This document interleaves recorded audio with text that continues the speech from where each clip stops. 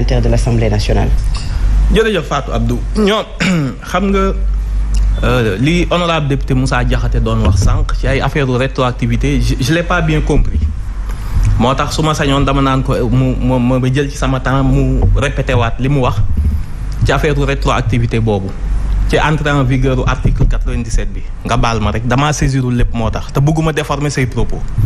dama ni article 97 règlement intérieur bu bees lañ am loi bu beesee du dellu ginnaaw dañuy def ngir lii ñëw ëllëg noonu la loi loolu règlement intérieur la bu droit ba ma ne ba mu des ci ñetti fànn yi su fekkee ni loi pénale la muy loi bu gën a woyof wala mu nekk loi portée publique wala mu nekk loi wax dañ ko ci bind ci boobaa lay mën a la rétroactivité de la loi ci lay mën a amee ma ni la ci article lii règlement bu bees bii ñu dindi du engagé le premier ministre bi fi nekkoon bi ñu ko nommé il y a 6 mois ki muy engagé c'est le prochain premier ministre du Sénégal moom lay engagé parce que du dellu si ginnaaw sauf ci ñetti fànn yi ma wax moo tax man le président assemblée nationale bi mu jotee lii nga xam ne nii le président de la république yónnee nañu ko ba sunu agenda tegu ci suuf ñu koy liggéeyal li nga xam ne moom la ñu sant ci loolu lañ nekk. Très bien, maintenant vous avez compris. waaw j'ai compris bon honorable da nga may baal mais quand même da nga wax ay mbir yoo xam ni au-delà de la politique c'est extrêmement grave je pense que loi bu entrée en vigueur wala ñu publier ko journal officiel bu doon dafa fekk ñu engagé ab règlement intérieur ba pare session boo xam ni jeexagul extraordinaire la nga di waaw loi bi muy dugg en vigueur session extraordinaire bi ko président di convoqué c'est postérieur à l'entrée en vigueur du nouveau règlement intérieur est-ce que loolu d'accord nañ ci. session extraordinaire ñu ngi ko convoqué pour le 5. règlement intérieur bi entré en vigueur le 31 août. donc règlement intérieur bi muy entré en vigueur session extraordinaire bi lui est postérieur. donc fondamentalement session extraordinaire bi est régie uniquement et entièrement par le règlement intérieur qui est entré en vigueur au 31 août. engagé du question premier ministre bi ñëw li ngay wax tegul temporellement règlement intérieur bi ak fait bi le fait qu'il est censé régir ñoom ñaar dañuy xool ku antérieur il se trouve que le règlement intérieur modifié est entré en vigueur la preuve bi ñuy def bërki Dembo Ndiaye débat sur le règlement intérieur tiens ci session extraordinaire bi on a continué à appliquer l'ancien parce que bu bees bi publié guñ ko woon. parce que l'ancien yéen vous l'avez jamais reconnu. non xaaral rek ma ñëw dinaa ñëw ci loolu. dama lay bëgg a wax point juridique bu am solo boo ñëw. question entrée en vigueur mani la. si le fait ou l'acte est postérieur à l'entrée en vigueur texte bi koy régir texte boobay appliqué. par conséquent on est régi par l'article 97 nouveau du règlement intérieur. qui plus est. bu 97 nouveau bi ak ancien bi ñoo bokk même rédaction quasiment.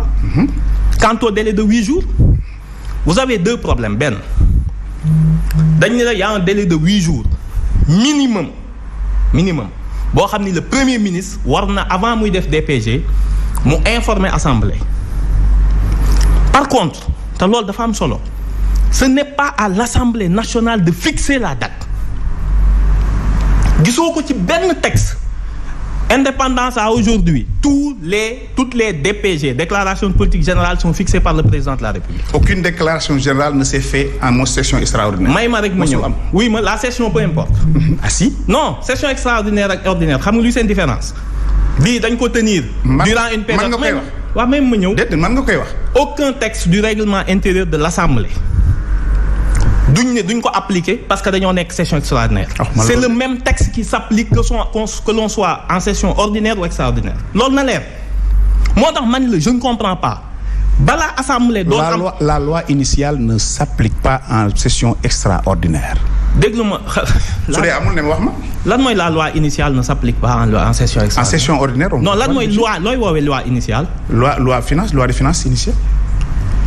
loi de finances initiale. Ouais. Mais kooku dafa am date d'ouverture constitutionnelle. Voilà. Donc tu bul ne non mais bon. tu parles de temporalité. oui ma. il y a une session.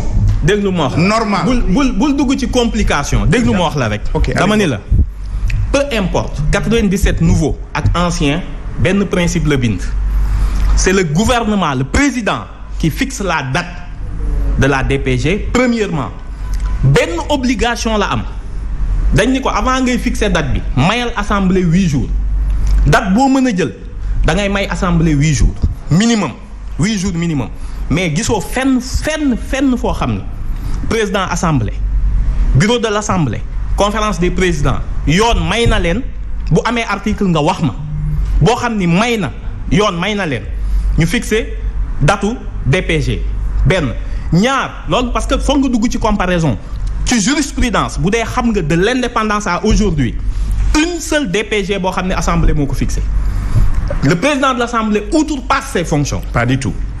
nee naa la pour que ngeen fixer date il faut texte jox leen ko le texte est très clair article 97 nouveau comme ancien c'est seul le président de la République qui fixe une date de DPG seule obligation il doit respecter entre l'information de l'Assemblée et la date quelle est la temporalité article 97 pour que le premier ministre fasse sa déclaration de politique générale c'est pas 3 mois est-ce qu'on est dans les 3 mois non defal ndànk oui ma dans les 3 mois yi ñu la wax lii on modifié une déglu ma article déglu rek boo defee ndànk dinañ jógoo boo demee ci constitution dafa ni la l'inscription par priorité est de droit su ko président de la République demandé notamment pour une DPG.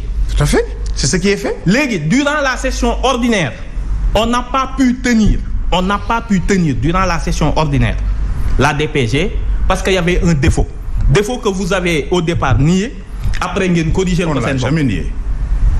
tey nangu na ni kon. on l'a jamais nié. donc il y avait un défaut. je ne l'ai jamais nié. moom nee na néew ko tey. mosul am défaut. c'est un manquement c'est une négligence. tous les gens le connaissaient. négligence. non ça c'est le président Lamine Diallo. et je t'envoie sur mes anciennes vidéos. les gens étaient constatés et l'Assemblée commençait à le faire. il fallait un temps pour le faire. 2021 c'est pas moi qui l'invente édition juillet 2021. oui. ba heure bi une négligence qui a duré presque 3 ans. 2021 waxuma la yow man sa nekk moo député. je vous dis une chose simple. moi j'étais même pas député. le président de l'Assemblée nee naa la citeel ma ci règlement intérieur ancien nouveau constitution texte bu la neex kan mooy fixer DPG date bi. c'est la seule question que je vous pose. c'est l'exécutif qui nous a saisi. le président de la République. ne vous a pas saisi pour fixer une date. non arrêtez. il nous a saisi. pour lan la saisi. pour la DPG. dafa pourquoi les 8 jours? c'est pour qu'on ne surprenne pas l'Assemblée nationale. je vous l'ai dit tout à l'heure. pour que ngeen préparer. pour que ñu préparer. oui. en nous saisissant avec son ordre du jour le président de la République. ñu teg sunu bosu fële. il laisse la loisiveté à l'Assemblée nationale. d'assurer et de proposer une date. ce que nous avons fait. et maintenant oui. may ma rek ma finir foofu. terminé oui. nee naa la benn juriste bu la dégloo nga ni dañoo bàyyi latitude.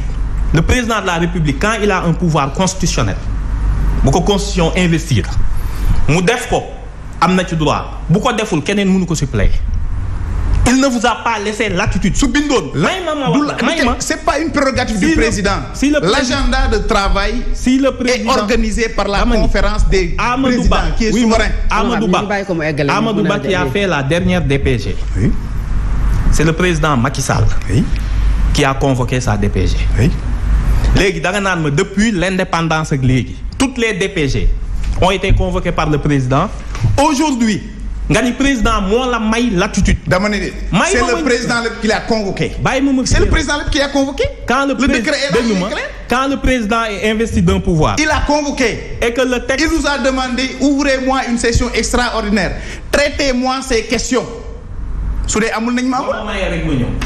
si le président bu dee constitution da ko investir d'un pouvoir. c'est ce qu'il a fait. te prévoir délégation même su bindoon ci texte bi mu leen jox je demande à l'Assemblée mu bind ko expressis verbis mu bind man président maa leen jox ngeen fixer date bu ngeen fixer date bi c'est illégal parce que tant que la délégation n'est pas prévue par un texte mënu ko déléguer les pouvoirs propres du président appartiennent au président boo gisee texte bi du soxla compte sain.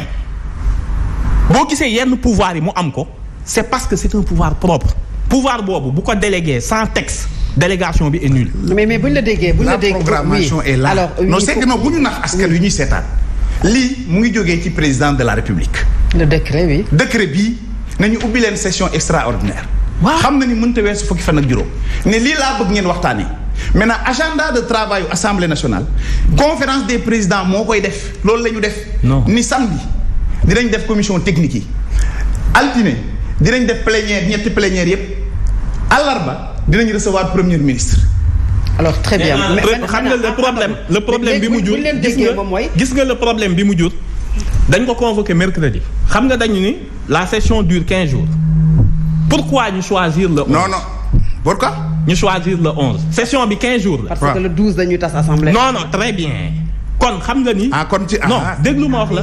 après vous parlez le 13. donc yow ce j'ai fait déglu ma wax la. pourquoi aussi. yow oui ma. non déglul man boo ma déglu ñu dégloon te très rapidement ñu mën a jàll man soo ma dégloo dama lay wax. gis nga président de la république. loolu conseil constitutionnel moo ko waxoon ci parole Abdoulaye Wade dafa ni la. président bu waxee génnoon télé ni damay tas assemblée le 12 bu ko waxoon te bindu ko ci acte liyewu la liyewu ko. liyeewul constitution liyeewul institution. yéen dañ ni leen on a 15 jours. premier ministre génn ni ñii le 12 sax du leen fi fekk. loolu jusqu'à présent c'est pas un acte juridique. c'est un propos d'un premier ministre. yéen ngeen ni comme que 15 jours la xaaral ñu foqar ñi. déedéet foqate wuñ dara. ah bon. déedéet président délégué wu la nga jël délégation. xanaa xamoo ñu yebal. naa la yëgal dara le premier ministre le président de l'Assemblée. su doon maay moom je ferai bien attention. ah oui ça c'est une. ah oui c'est non du menace. arrêtez-vous menace la waay. déglu ma Fatou Abdou. tey yow boo signé à la place du président. signé wul à la place du da président ngaa dugal sa bopp. je me répète. quand un corps constitué. li ma lay wax lu leer la. ay jafanu ngeen dans le législatif. xoolal ñu déglu s'il vous plaît honorable pour ñu. boo jëlee benn juge terminer oui. dañuy tere justice muy def lu ñuy woowee des arrêts de règlement.